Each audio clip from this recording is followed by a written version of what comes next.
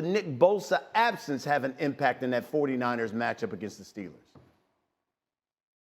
I mean, this is huge. Let's remember DeMeco Ryans, who's now the head coach of the Houston Texans, left as the DC of the San Francisco 49ers last year. Steve Wilks, the new DC or the new defensive coordinator, would love to have Nick Bosa's pressure, would love to have Nick Bosa setting the edge. So it does change the way that he's going to be able to attack the Pittsburgh Steelers offensively. But when you have players like Fred Warren in the middle, when you have players like Talanoa Hufanga on the back end, you have guys that can make up for some of the things that you miss, Fred Warner, I'm sorry, that you miss with Nick Bosa being out this week. But I think that that's going to be something that they need to fix. That's something that John Lynch needs to work on going forward in this season. This team has been driven by defense and finding ways to keep games close and have their skilled players make plays offensively. And without Nick Bosa, you're missing a huge part of that. One, offensively, you don't have to plan to block him. Offensively, you don't have to plan your scheme around him. And defensively, you have to find ways to now create pressure if your four-man rush is in some way disabled by not having Nick Bosa there as the left end.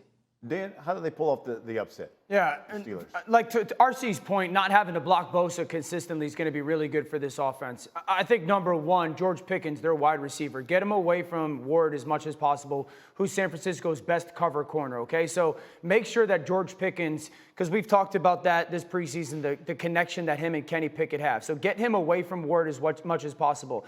I'd say number two, I would take T.J. Watt and put him on San Francisco's right side of their offense away from Trent Williams as much as possible. So T.J. Watt is becoming a premier edge rusher versus, Mike McGlinchey is no longer there in San Francisco. And then the third thing, as much as I love Brock Purdy, he has not seen a guy like Minkah Fitzpatrick. And I would tell Minkah Fitzpatrick to play outrageous mind games with where you are and where you're going and where you're supposed to be in relation to what Brock Purdy's thinking when it comes to defensive schemes. Pickens away from Ward, let TJ on the right side, and Minkah go be Minkah. All right, listen, we got to bring Heather Dinich into this conversation because we know you love those Steelers, and as competitive as the AFC North is, we've talked ad nauseum about the Bengals, the Ravens, how good they're going to be. Obviously, we talked about the Browns. Are you buying the Steelers as playoff contenders?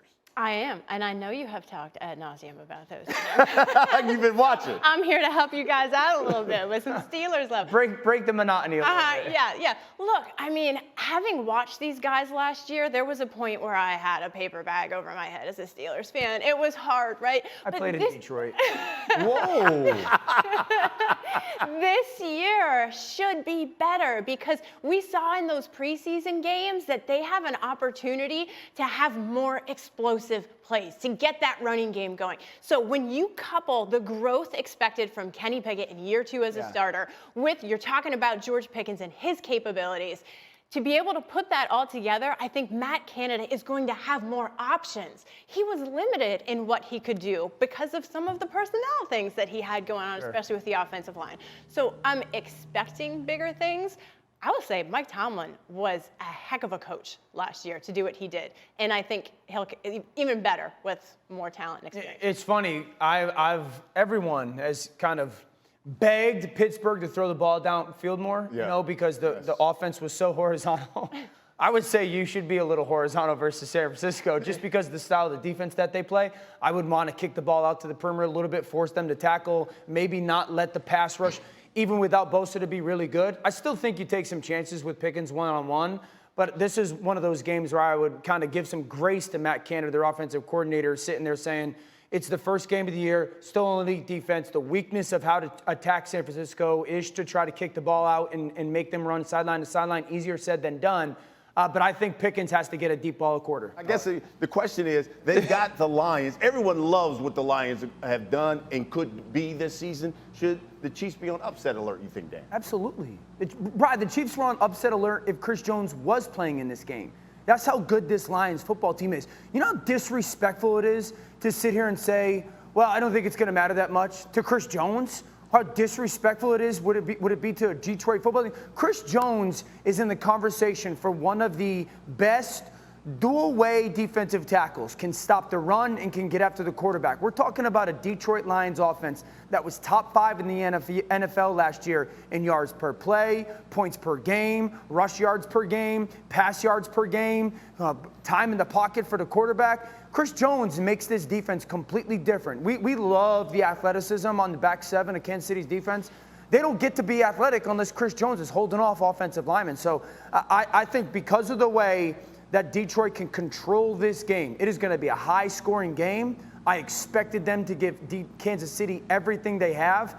I'm not there yet picking the Detroit Lions, but I'm not far off.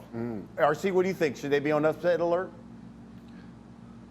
Yeah, you should definitely be on upset alert. Listen, the NFL doesn't make mistakes. The NFL isn't setting up Kansas City's first game as defending champion to say, oh, we want it to be an easy one, or we don't want them to be challenged. The Detroit Lions earned this opportunity. They earned this opportunity with the way that they finished last year. They earned this opportunity with being gutsy offensively under offensive coordinator Ben Johnson and taking chances on fourth down, taking chances late in the game, throwing the football to offensive tackles. This is a team that believes. And this is also a team that in the first 2 rounds of the NFL draft this year, they hit it big. They have players that are not only going to compete, not only going to help this team, but they're going to be stars both offensively and defensively. And when you don't have Chris Jones, when you don't have the catalyst, then you have a problem if you're Steve Spagnuolo, understanding how you're going to put pressure on Jared Goff and stop the run of Jahmyr Gibbs and David Montgomery. This is going to be a tough battle, and not having Chris Jones makes it that much more difficult.